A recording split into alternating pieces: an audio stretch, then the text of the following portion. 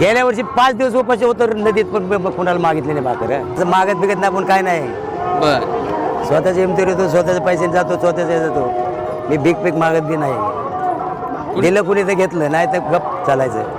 मी जेवायला सुद्धा जात नाही त्या टायमाला, तसा झोपून पण जाणार नाही. माझं असं आहे. पांडुरंगच देईल पाठवून.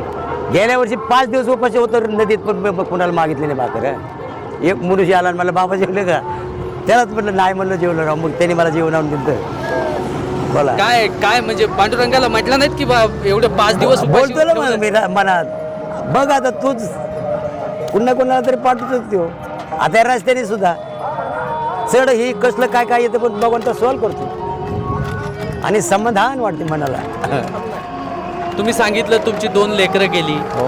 आता तरी सुद्धा म्हणजे पांडुरंगाच्या आता काय झालं होतं मला तो मला बी प्रसंग? 2 मुलं आणि 1 मुलगी होती. हां, तसेच मुलाला बी 2 मुलं आणि 1 मुलगी. मग मी म्हणतो माझे लेख आहेत. त्यांच्या रूपात पांडुरंगाने पाठवलं हा. परत. त्यालाच लेख म्हणून आज चालले नाही. आता एक राहायला लागणार नाही तर त्या पुरी झालं, नातू तर झालं मोठ्या. आता एक नातू राहिलं. आता त्याचं एवढं केलं म्हणजे आपण भगवंता लेखाच्या मुखातून तुटलो.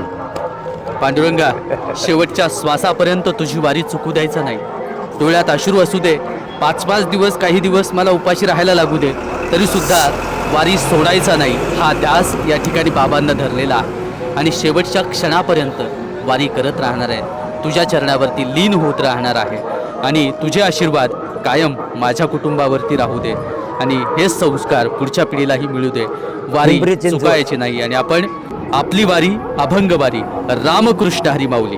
रामकृष्ण हरी बाबा. रामकृष्ण हरी. पांडुरंगा.